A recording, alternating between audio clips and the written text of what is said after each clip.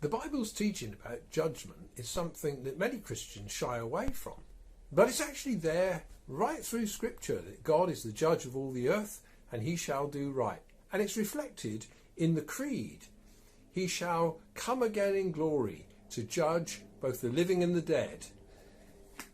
Jesus is going to judge the world, and he has set a day.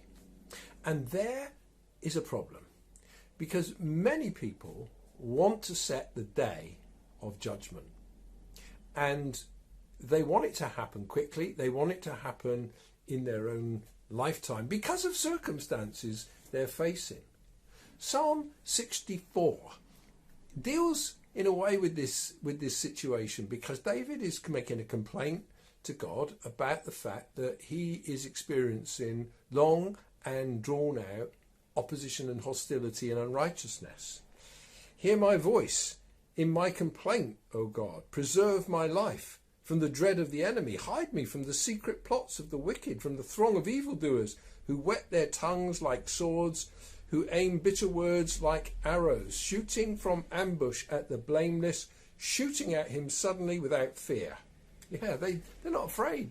They're doing it and they're repeating it, and it's going on and on and on. And it seems like God is doing nothing. You notice that there is a multiple here. They shoot arrows. But verse 7 says, but God shoots his arrow at them. They are wounded suddenly. They are brought to ruin with their own tongues turned against them. One day the tables will turn, and all the injustices that people have experienced will be put right.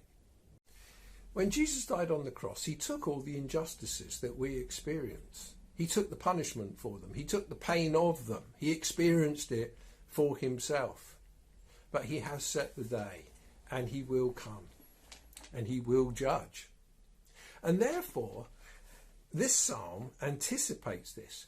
Christian faith is not just about God will judge. It's about the fact that therefore we can leave that with God, and we can turn to rejoicing. It may seem a bit strange, but we rejoice in the judgments of God.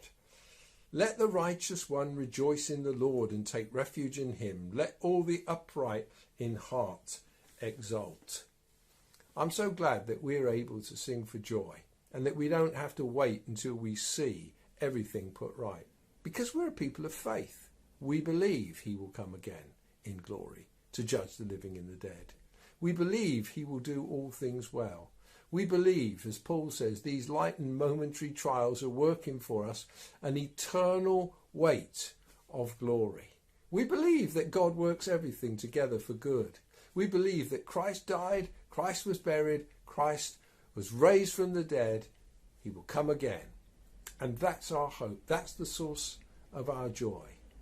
So, yeah, we're not going to see perhaps everything sorted in our own day, in our own time frame, but it will be done suddenly. The Lord has one arrow, and when it's right, he will fire it, and that will be the end.